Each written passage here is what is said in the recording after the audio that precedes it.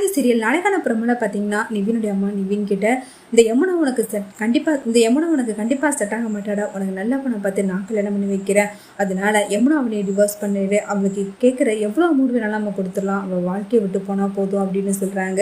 நிவின் இது கேட்டு அமைதியாக இருக்கிறாங்க. ஒரு பக்கம் யமுனா இது கேட்டு ரொம்பவே டென்ஷனாக ஆகிறாங்க. அடுத்த நாள் காலையில் யமுனா அவங்க மாமியார் கிட்ட ரொம்பவே கோவமாக பேசி, இதுக்கப்புறமும் என்ன நீங்கள் இந்த வீட்டை விட்டு அனுப்புன்னு நினச்சிங்கன்னா கண்டிப்பாக நான் சும்மா இருக்க மாட்டேன், மகளிர் காவல் நிலையத்தில் போய்ட்டு உங்க மேலே கண்டிப்பாக எனக்கு கொடுமைப்படுத்துறதுன்னு சொல்லிட்டு கம்ப்ளைண்ட் பண்ணியிருப்பேன் அப்படின்னு சொல்கிறாங்க. இதை கேட்டு நிவினமா பயங்கரமாக ஷாக் ஆகிறாங்க.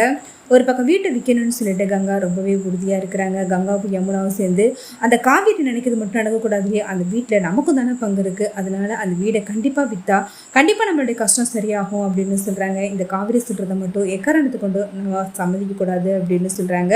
காவேரியோ அந்த வீட்டை எக்காரணத்தை கொண்டு விற்க விட மாட்டேன், அது எங்கள் அப்பா நாவும் அர்த்தமாக இருக்கிறது, அதனால கண்டிப்பாக அந்த வீடை விற்க விட மாட்டேன்னு சொல்லிட்டு ஒரு பக்கம் காவேரி பயங்கரமாக சண்டை போடுறாங்க. அடுத்து பாட்டிக்கு உடம்பு சரியில்லைன்னு சொல்லிட்டு திடீர்னு கால் பண்ணுறாங்க. விஜய் ரொம்பவே பத்திரி அடிச்சு அங்கே போகிறாங்க. பாட்டி ரொம்பவே உடம்பு சரியில்லாமல் ஆயிடுறாங்க.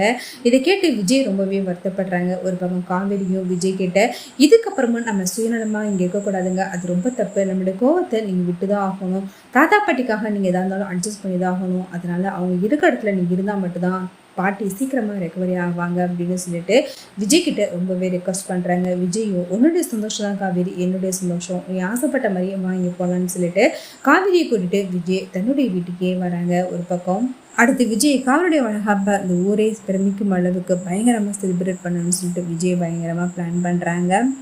பக்கம் பசுபதி காவேரியை எதார்த்தமாக மீட் பண்ணுறாங்க. அப்போ பசுபதி காவேரி கிட்ட உன்னுடைய வீட்டை நானே அப்போ பசுபதி காவேரி கிட்ட சவால் விடுறாங்க.